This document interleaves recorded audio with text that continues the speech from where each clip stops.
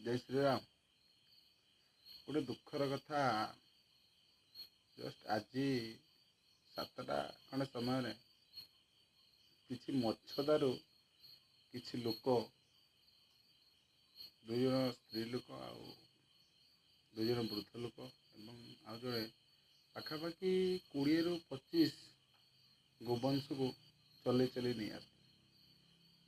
हठात कि आमर एक भाई अटकई पचारे कि तुम कौटी नहीं जाऊ ना आम जाऊे छाड़िया कौटी तुम छाड़ ना जो गोठ थी से आम छाड़द तो भाई जन कहे बहुत तो गोचर जमी अच्छी तो तुम्हें बहुत तो गोचर जमी अच्छी तुम गोशाला भी छाड़ी पार तो से गोशाला विषय कौन सी आइडिया ही नॉलेज ही ना जदि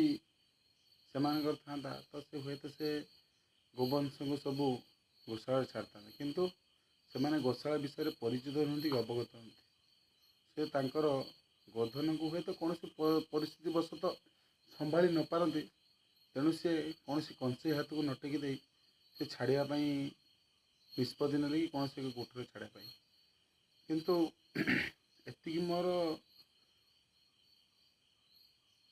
सरकार को निवेदन कि जो गोवंश मैंने अलड़ा हो बुलूँ जो मैंने गोवंश रखी पार ना तो से गोटे पदक्षेप नि जाऊ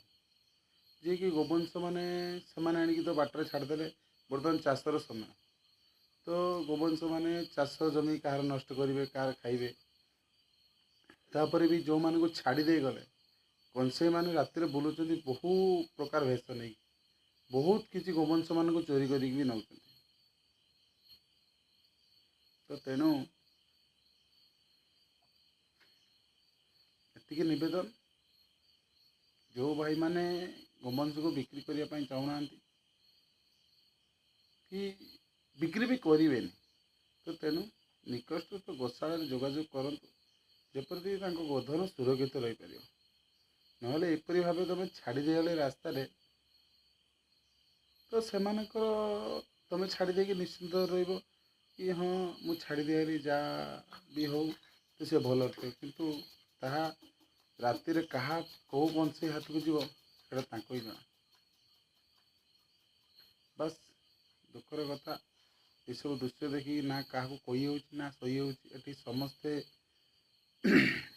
समस्त आखिर लुह गड़ुची किंतु समस्ते कांदुच कि क्या आखिर लुह गड़ू तेने जो भाई माने ये भौणी माने माँ माने एपरी पदक्षेप नौ गोवंश संभाली पारना तो से निकटस्थ गोशाला जाई जोगाजोग करी गोवंश को छाड़त। जय श्री राम।